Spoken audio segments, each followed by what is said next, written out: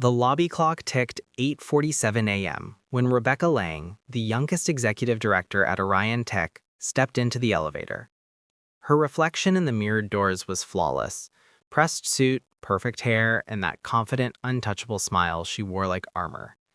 She had a major presentation waiting upstairs. Investors, deadlines, pressure. Nothing new. But that morning, something was about to change. Just before the doors closed, a woman hurried in, holding a paper cup of coffee that nearly spilled.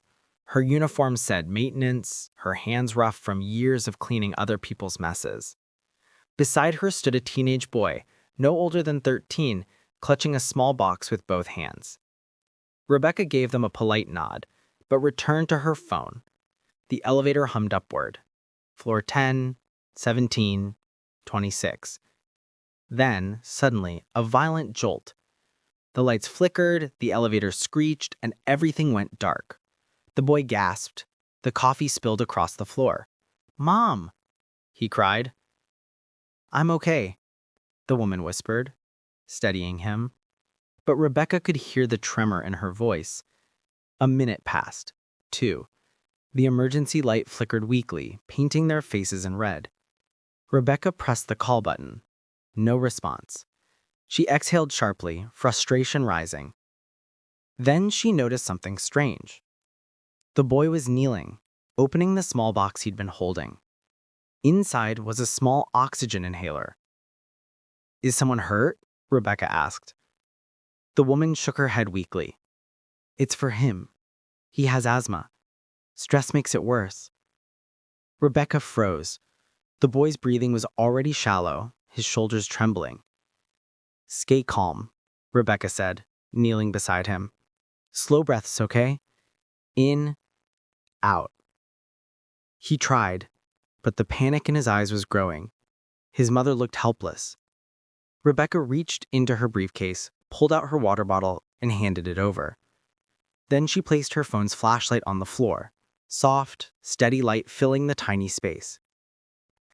"Hey," she said gently. "Look at me. You're safe, I promise.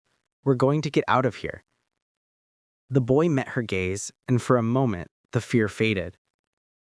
Minutes dragged, but Rebecca kept talking, softly, calmly, guiding his breaths, telling stories about the stars she used to watch with her dad when she was little.